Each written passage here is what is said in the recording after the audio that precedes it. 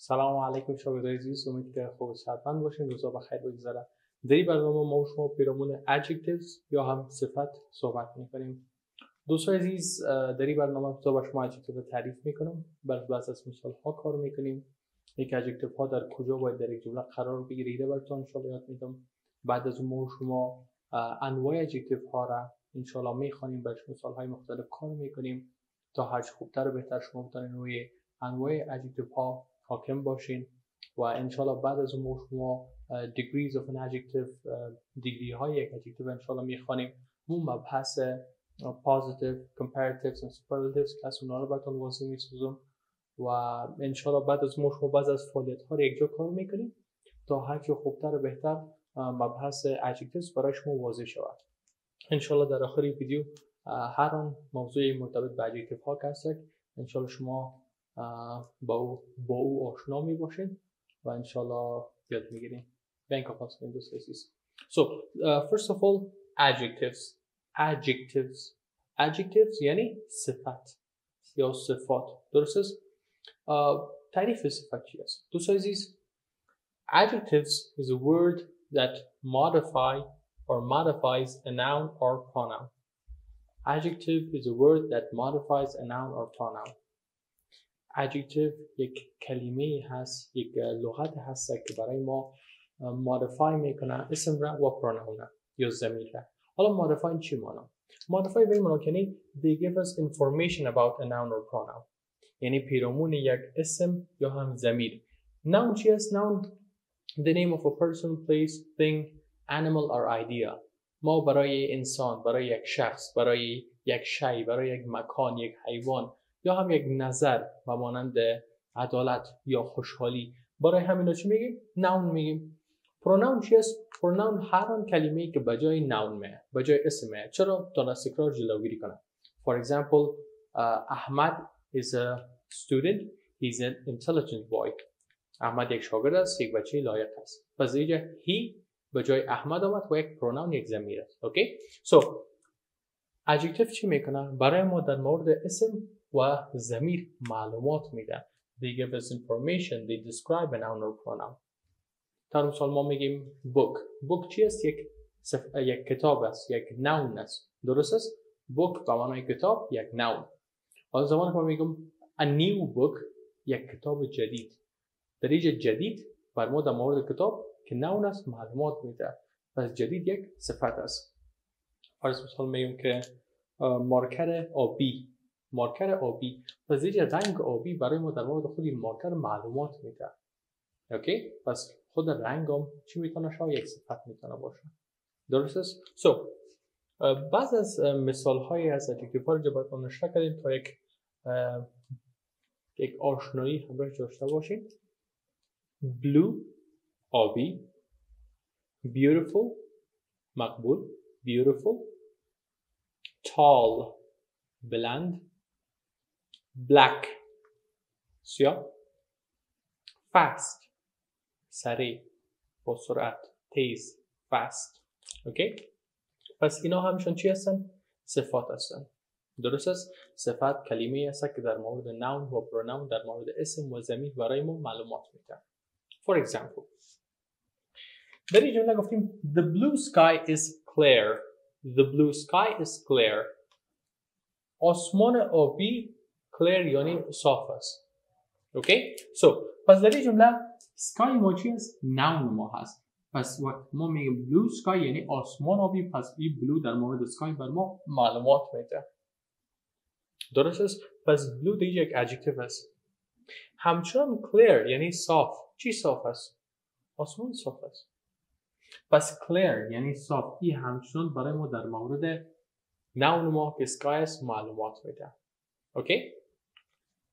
She has a beautiful dress. She has a beautiful dress. She has و دختر دارد. A beautiful dress یک دامن مقبول. Dress دامن، beautiful مقبول. در این جمله dress noun ما هست و beautiful is our adjective. چرا؟ چون در مورد dress برای ما معلومات میده. Beautiful. He is a tall man. He is a tall man. او یک مرد قد بلند هست.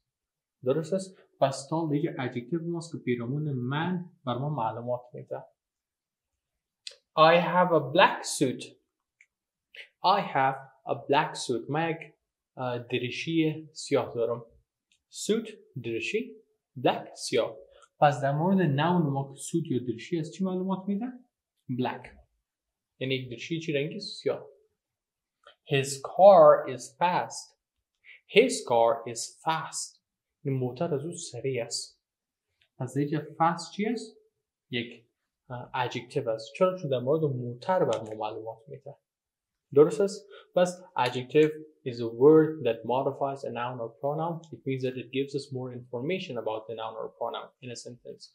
در یک جمله بر ما adjective ها یا صفات پیرامون noun و pronoun معلومات میده. در مثال blue, beautiful, tall, black, fast. اوکی؟ مثلا میگیم که یک دختر مقبول. مقبول در اینجا یک صفت است. adjective است. درست است؟ اوکی. حالا adjective ها رو در یک جمله در کجا قرار بدیم؟ دوستان ببینید عموما adjective ها قبل از چی قرار میگیرن؟ قبل از noun قرار میگیرن، قبل از اسم قرار میگیرن. چرا؟ چون همون اسم تعریف میکنن، در مورد همون اسم برای ما معلومات میدن. For example, he bought شکل گذشته از buy از به معنای خریدن. این خریده بود. he bought او خریده بود. a new book یک کتاب جدید را. پس در این جمله book is our noun and new is adjective. او یک کتاب جدید خریده بود. درست است؟ پس ببینید که دیگه new قبل از چی آمده؟ قبل از book noun آمده. The small dog barked loudly. The small dog barked loudly. میگه سگک کوچوچه یا خرترک خیلی با آواز بلند غوغو کرد. bark غوغو کردن میشه، loudly با آواز بلند، small کوچک. noun مادری جمله چی است؟ dog یعنی سگ. پس درباره این سگ کی معلومات میده بر ما؟ small. میگه سگک کوچوچه یا کوچک یا خرد. The small dog barked غوغو کرد loudly با آواز بلند. پس ببینید small قبل از چی آمده؟ قبل از dog آمده. بعض اوقات خود adjective ما بعد از linking verb ما میاد. درست است؟ بعد از افعال ارتباطی ما میاد. link یعنی ارتباط برقرار کردن، وصل ساختن، اتصال داشتن. اوکی؟ پس linking verb های ما مانند همون to be verb های ما میتونه باشه taste, seem, become. اوکی؟ اینا کلشون چیست؟ linking verb های ما هست. For example, his car is fast. ببینید fast با ما در مورد noun ما کار معلومات میده، اما قبل از noun نامده. بعد از چی آمده؟ بعد از to be verb بعد از is آمده. to be verb های ما افعال بودن ما is, am, are, was, were. اوکی؟ so بعد از to be verb ما چی آمده؟ fast آمده، یعنی صفتش آمده. یعنی امکان داره که هم قبل از یک noun به adjective یا صفات ما و بعد از linking verb های ما همچنان باید به. انشالله در یک ویدیوی مکملا linking verb ها رو بهتون توضیح میدم.